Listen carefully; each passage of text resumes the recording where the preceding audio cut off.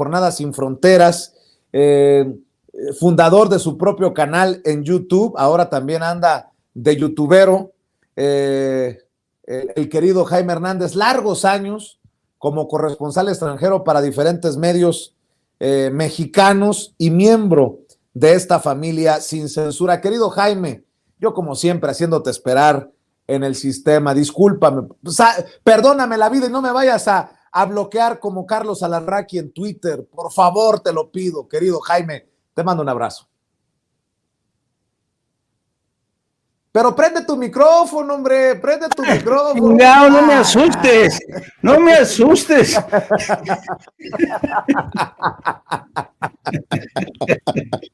Perdón, ¿Cómo andas, Jaime? Acuérdate que yo todavía soy un youtubero incipiente, que apenas me fallan los reflejos. Mientras no hagas tus segmentos en la cama como Alberto Peláez, todo está bien, Jaime. Te perdono todo. Por cierto, te propongo una idea bien idiota. A ver. ¿Por qué no entrevistas al secretario de Gobernación en la cama? Estaría bien chido, Vicente. No. Oye, dicen unos ahí, ¿cómo te comparas con Alberto Peláez? Has sido corresponsal de guerra, así como Loret de Mola, porque yo al único que respeto se llama Jaime Hernández y creo que tiene un sentido del humor muy parecido al mío y sale en un programa que se llama Sin Censura y tiene su canal que se llama No Apto para Cínicos, mi querido Jaime. Sí, no, pobrecito Albertito, la verdad. Yo no sé si te he contado cuando el padre de Alberto Peláez, que estaba quejado de una enfermedad ya terminal, Joaquín Peláez, que era el corresponsal de Televisa en España. Estaba yo como corresponsal en aquel entonces de Excelsior y tenía yo mi oficina en el piso 8º de la agencia F, que en aquel entonces estaba en la calle de Espronceda. Y un día me busca Joaquín Peláez y me invita a una cerveza en el bar que había frente a la agencia F. Me dice, oye, Jaime, te quería encargar a mi hijo. Yo, ¿por qué? ¿Qué pasa, Joaquín? No, es que es un muchacho muy entusiasta, es un buen periodista. Digo, pero ya ha trabajado en otros medios. Dice, bueno, no. Le digo, y entonces, dice, no, pues va a quedarse en mi lugar porque gracias a Jacobo, pues Jacobo le ha dicho que sí, me ha dicho que sí, le va a dejar mi lugar como corresponsal. Y entonces ahí fue cuando enarqué mis cejas y dije, o sea que derechos dinásticos aquí. Alberto heredando el cargo de papi como corresponsal en España. Le digo, bueno, cada quien allá. Jacobo saludos y que evidentemente era muy generoso. Es la vena española, con mucho respeto para mis amigos españoles, es la vena española, pues ya ves, el rey le deja al príncipe, el príncipe le... etc. Perdón. Nótese mi sarcasmo, mi querido Jaime. Y desde entonces, pues Alberto Peláez creció en medios como Televisa, nunca en medios españoles, en medios españoles no ha bregado porque yo creo que la televisión española exige más elevados estándares de preparación y el problema que, mira, yo a Alberto tengo sentimientos encontrados con él porque a mí la verdad es que me dio un poco de ternura cuando comenzó y luego empecé a tener sentimientos encontrados de un poco que me resultaba un tanto chocante por lo mentiroso que era. A veces llegábamos a comidas, llegaba su hermana y en medio de la comida hacía Alberto Peláez hacía, yo, ¿qué te pasa, Alberto? ¿Qué te pasa? Y la hermana decía, no, es que la pólvora dio un disparo, le cayó aquí en el ojo. Y nos quedábamos todos así, ¿cómo? Pues que ¿con qué le dispararon? ¿Con un mosquetón del siglo XVII, XVIII? No, fue pero ¿desde dónde? ¿Desde cuándo una metralleta o un tanque dispara pólvora? Le digo, a ver, explícame que no entiendo. Y entonces empezó a construir una fama como corresponsal y enviado extranjero. La única vez que nos llegamos a cruzar, Alberto y yo, fue en Islamabad, antes de que entrara yo a Afganistán. Y otra vez que nos cruzamos fue en Irak, cuando era parte del equipo que iba con Joaquín López Dóriga. Yo había entrado por la frontera norte y luego entré por la frontera sur, me había recorrido de norte a sur Irak. Y un día que coincidimos en Bagdad, resulta ser que veo llegar al hotel donde se hospedaban todo el equipo de Televisa, que eran como 10, 15 gentes ahí en el hotel, encabezados por López Dóriga, que ya había entrado después del bombardeo y después de todo, vaya, cuando ya era seguro entrar. Y entonces venían de hacer un recorrido por el palacio de Saddam Hussein y venían contentísimos todos ellos cargando. Alberto Peláez cargaba un cofre de madera, Joaquín cargaba quién sabe qué cosas. Habían ido a por el botín, como dicen en España, en el botín de muchos, porque así hicieron muchos periodistas, llegaron a arrasar para conservarlos como, ya sabes, como esos recuerdos, como corresponsales de guerra. Y entonces, y luego me enteré, porque lo vi, creo que, ¿con quién fue? Creo que con Pepe Cárdenas, cuando lo entrevista a propósito de una novela que había escrito Alberto Peláez, y le pregunta, ya sabes, Pepe Cárdenas, ya sabes, con este tono severo, solemne, y Alberto, por favor, dinos, ¿cuántas guerras has cubierto en tu vida? ¿Quién sabe qué? Dice, no, pues, como 19 y 20, dije, ay, en la madre, 19 y 20 guerras, coño, esas son más guerras que las que el Pentágono ha incendiado o sofocado. Digo, ¿de dónde salen esas guerras? ¿No? Entonces, pero hay que reconocer que yo siempre he dicho que Alberto Peláez, como periodista, como reportero y corresponsal de guerra, es muy buen relaciones públicas, se ha codeado con el poder político en México, a su boda fueron como invitados secretarios de Estado. Es bueno, es bueno para el negocio de las relaciones públicas, tan es así que sigue gozando de cierta aceptación, ¿no? Que pide una entrevista, que llega a la mañanera, le ceden un asiento. Entonces, pues hay gente que creen que Alberto Peláez, tú no te le puedes comparar, y yo también coincido con esta gente, tú no te puedes comparar con Alberto Peláez, perdóname, él es un corresponsal de guerra, querido Vicente, y tú eres un pobrecito periodista que anda con su telefonito y su... Mamá, soy Paquito. Mamá, soy Paquito. No haré travesuras. Oye, nada más, y me dice Ceci, estás corriendo el riesgo de darle publicidad a Alberto Peláez, pero lo voy a decir con mucho respeto. Que no tiene audiencia, lo puse. Pues no tiene audiencia. Con mucho respeto, no tiene audiencia. Estoy viendo sus videos y ahora entiendo por qué andan tan alebrestados, porque creo que Alberto Peláez se está prestando al juego de esos grandes medios o de esa prensa mercenaria contra el presidente Andrés Manuel López Obrador. Miren nada más. En el último mes, entrevista con Cuauhtémoc Cárdenas. Cuauhtémoc Cárdenas junto a Porfirio Muñoz Ledo presentó esto de la Nueva República. Entrevista con Lorenzo Córdoba, el presidente, el consejero presidente del INE. ¡Ah! Y me salió, brother, entrevista con Alito Moreno. Solo en el último mes. Y luego, nada más por no dejar, Chumel Torres, en la cama. Y también en la cama, entrevista a Paola Rojas. Paola Rojas, quien también la tengo en una fotografía, pero ella no es palera. ¿Cómo creen? No, ¿cómo creen? No, sería una irresponsabilidad de mi parte decir, sí la tiene Adriana. Ahí no aparece en la esquinita arriba, muy sonriente con Peña Nieto. ¿Voy bien o me regreso? Para, digo, de una vez exhibirnos o quitarnos las máscaras. Si eso es lo que quieren, venga, que acepto que es parte de las consecuencias de hablar con la soltura que nos da esto que hemos llamado sin censura desde hace 12 años. Pero bueno, ya que estamos en estos temas, mi querido Jaime, pues vamos al meollo del asunto, el negocio de la manipulación de los grandes medios de comunicación. Siguen manipulando, bueno, intentan seguir manipulando.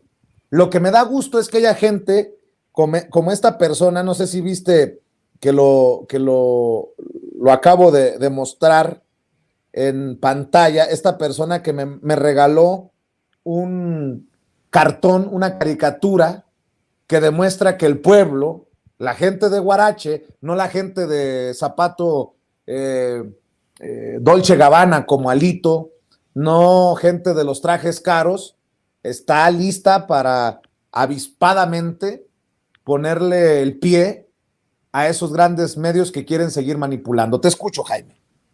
Sí, mira, yo creo que, insisto una vez más, yo creo que si ponemos sobre la mesa y aceptamos que los grandes medios corporativos son fábricas ideológicas que defienden partidos políticos y agendas corporativas, yo creo que los ciudadanos tienen derecho a conocer quiénes son sus dueños, como hizo esta mañana el gran Ricardo Sevilla en el caso de Excelsior, al desvelar parte de los contratos de Olegario Vázquez Raña. También se tiene que saber quién es el dueño de Reforma, porque nunca hemos visto materiales que aquejan o afectan a Carlos Salinas de Gortari en Reforma, o a la isla del dueño de Reforma, el señor Junco, que la vimos en medio del escándalo precisamente con el hijo, uno de los hijos de Carlos Salinas de Gortari. ¿Por qué nunca nos enteramos de eso? ¿Por qué ha sido hasta ahora, cuando han avanzado las redes sociales y incluso gobernadoras de estados como Campeche, como Laida Sansores, que ventila los audios de Alito Moreno? ¿Por qué hasta ahora nos enteramos de tanta podredumbre? Y solamente basta que hagas una revisión día por día, que tú lo haces bastante bien en el programa. Hoy, por ejemplo, Bajo el Templo o en el Templo, esa columna política de Reforma, hoy acusan directamente a Claudia Sheinbaum de ya estar preparando el fraude para ser ella la sucesora in pectore de Andrés Manuel López Obrador.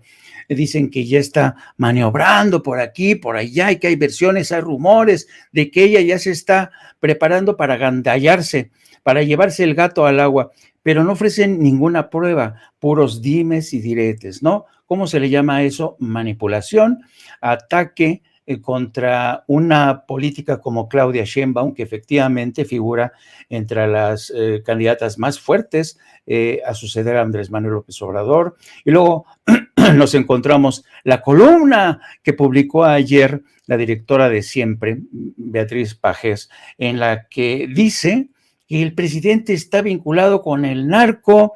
Entonces, querido Vicente, el que no quiera ver, pues es que es ciego o de plano no quiere ver. Hay una constante manipulación de los medios de comunicación presentando al presidente como un político vinculado al narco. Cuando no es eso, es que no tiene capacidad para entender el riesgo al que nos está llevando al confrontarnos con Estados Unidos y Canadá, y que incluso va a romper el Tratado de Libre Comercio con México y Estados Unidos. Estamos ante un asedio brutal de estos medios de comunicación, y además tú lo ves a través de las redes sociales, el bombardeo constante.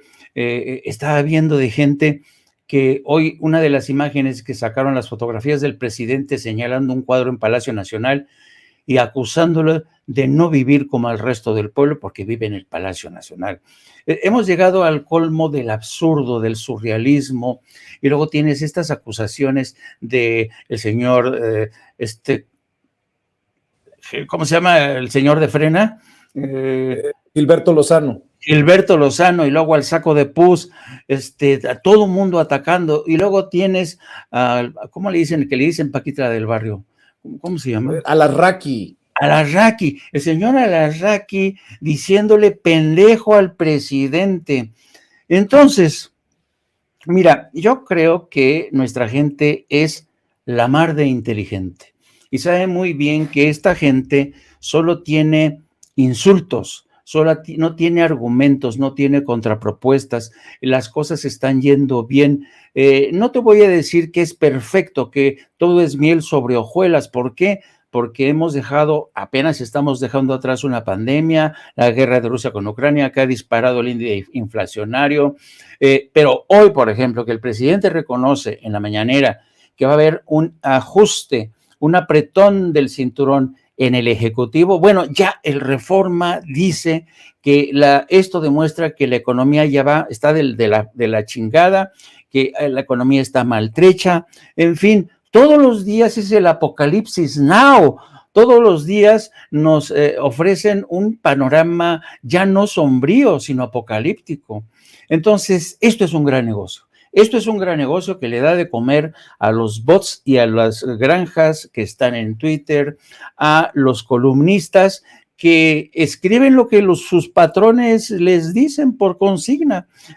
Ahí tenemos un día así y otro también a Héctor Mauleón mintiendo, volando, a Salvador García Soto, a Raimundo Rivapalacio. Bueno, la lista es interminable.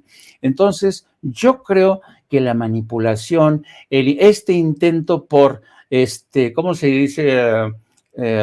Cuando pastorear a la opinión pública. Dice, no, vamos a contratar que los columnistas nunca nos defrauden para que sigan pastoreando la opinión pública, porque la opinión pública es medio pendeja, ¿no? Y la vamos a engañar nuevamente y la vamos a acorralar y la vamos a chiquerar donde han estado siempre. ¿Qué se creen estos chancludos? De repente llega su Mesías y se creen libres. ¡Oh, hombre! Esto lo vamos a arreglar así. Y en las próximas elecciones presidenciales nos vamos a deshacer de ese Mesías tropical y de quien él decida que va a ser su sucesor.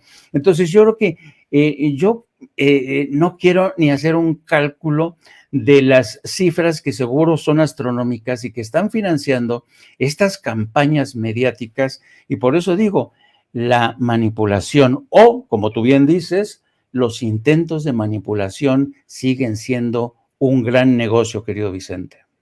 Bueno, imagínate que tantos intentos de manipulación que para muchos resulta todavía importante seguir llamando al presidente dictador.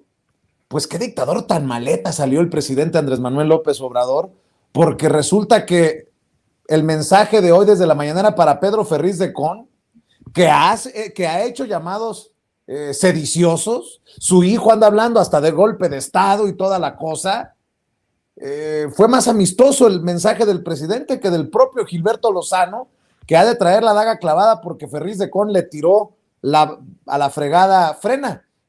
Nada más para que vean la manipulación y la realidad. Este es el presidente Andrés Manuel López Obrador refiriéndose a Pedro Ferriz de Con en la mañanera. A nuestros adversarios, darles todas las garantías.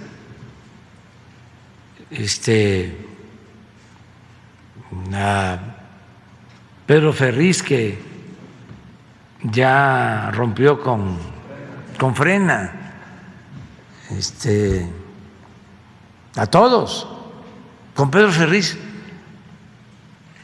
tenemos diferencias desde hace 20 años o más que tenemos diferencias.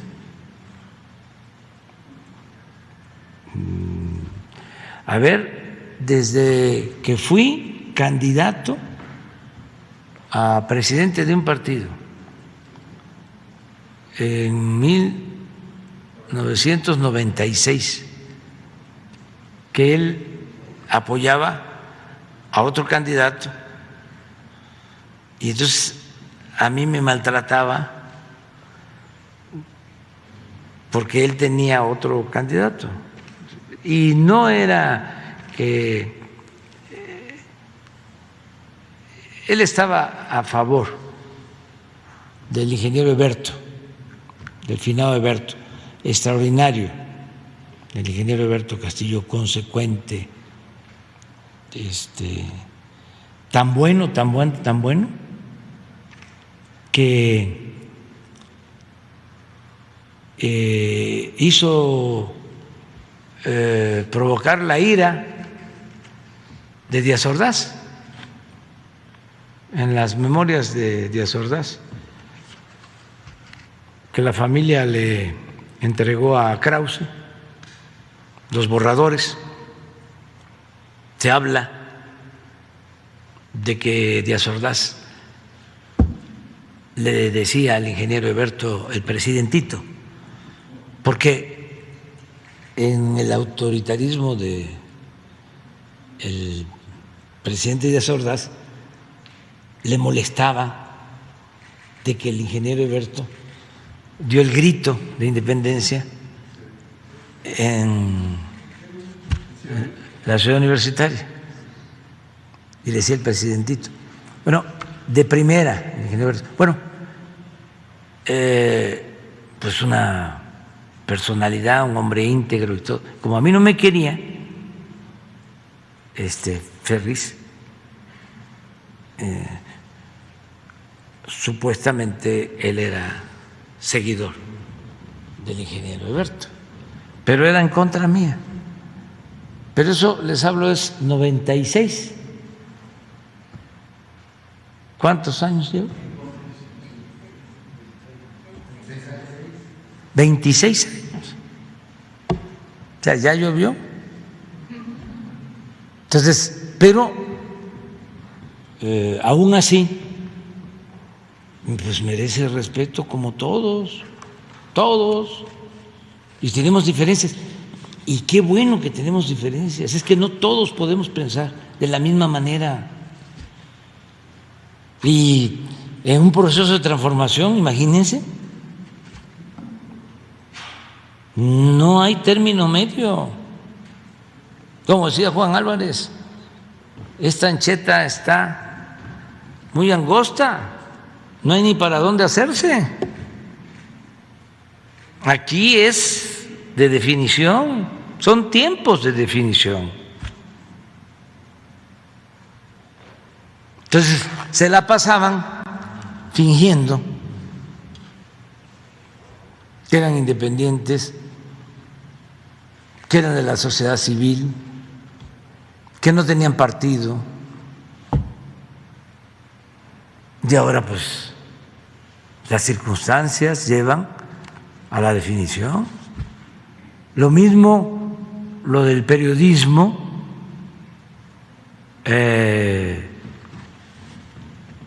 vamos a decirle revolucionario o militante, aunque pueda sonar ofensivo, pues siempre ha existido. En los movimientos hay periodistas que se asumen, hablaba yo de Zarco, pues estuvo en favor del movimiento de reforma, fue diputado. Ahí están las declaraciones que, del presidente Andrés Manuel López Obrador, que creo que son como cereza al pastel del tema que nos estabas poniendo sobre la mesa. Jaime, para cerrar, tus impresiones, tus opiniones, tus comentarios, tu reflexión. Mira, yo agradezco que el presidente haya volteado hoy y haya mirado por el espejo retrovisor para recordarnos la época de Gustavo Díaz Ordaz. A todos ellos que dicen que el presidente López Obrador es un fascista, es un dictadorzuelo o un aspirante a dictador, yo quiero, como hizo hoy el presidente, efectivamente, evocar aquellos años, ¿no? Cómo se vivía y cómo era la represión. Él mencionaba y hacía mención al tema de don Eberto Castillo, el ingeniero Eberto Castillo. Y fíjate que cuando yo recuerdo, esa es la ventaja de ser viejo, querido Vicente, ¿sabes? Los recuerdos se te amontonan, se te agolpan, y cuando miras hacia atrás te das cuenta que las cosas han cambiado a mucho mejor de cómo eran antes. Fíjate que cuando yo era un estudiante de secundaria, ¿qué edad tendría yo? Tendría como 11, 12 años por ahí. Yo era muy amigo de Javier Castillo, el hijo del ingeniero Castillo, de Eberto Castillo. Y íbamos los dos a una secundaria pública porque Eberto Castillo tenía a sus hijos, a todos sus hijos en escuela pública. Y yo era compañero de de escuela de Javier. Y un día me dice Javier Castillo, sí, oye Jaime, te pido un favor, ¿me puedes dar clases de matemáticas? Es que no entendí muy bien. Digo, bueno, está bien, Javier, ahí voy, ¿no? Y entonces me paré muy temprano, me paré como eso de las 5 o 6 de la mañana y fui a la casa de Javier. Y no, hombre, tenía una casa preciosa, construida y edificada y por el arquitecto, por el ingeniero Alberto Castillo. Entonces, iba yo llegando por ahí de las 6:30, 7 de la mañana a su casa. Y en eso viene conduciendo un personaje, un Volkswagen, así a toda velocidad, frena frente a la casa de Javier, se intenta saltarse por la verja y empieza a gritarle a su esposa, abran, abran, abran. Y atrás de él venían la policía judicial, venían a por él, se lo querían llevar preso.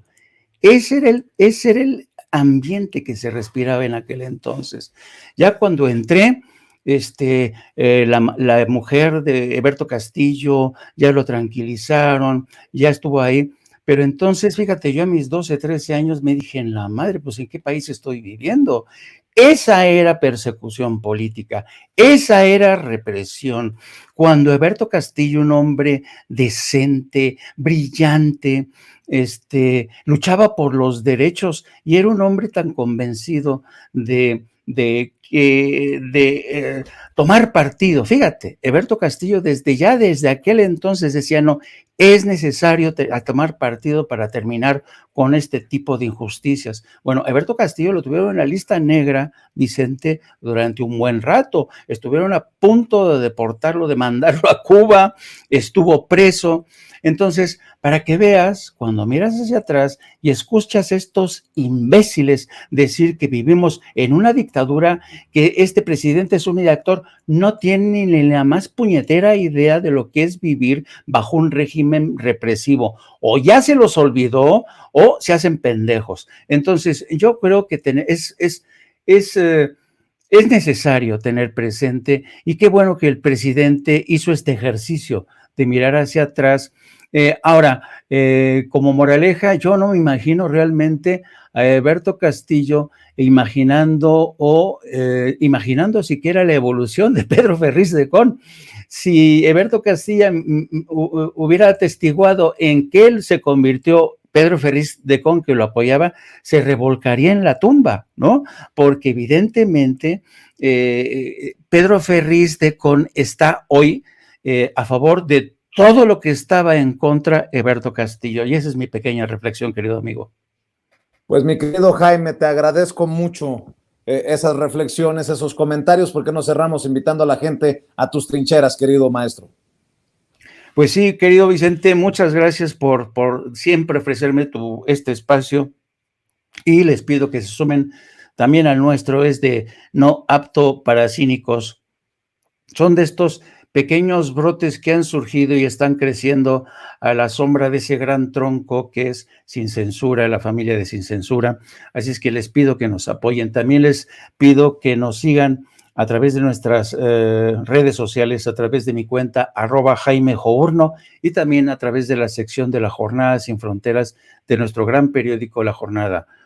Buenas noches, querido amigo. Protegeos, cuídate. Gracias, maestro. Nos vemos mañana. Cuídate. El maestro Jaime Hernández hablando con nosotros sin censura. ¿Quiere que hagamos enojar más a esos que nos odian para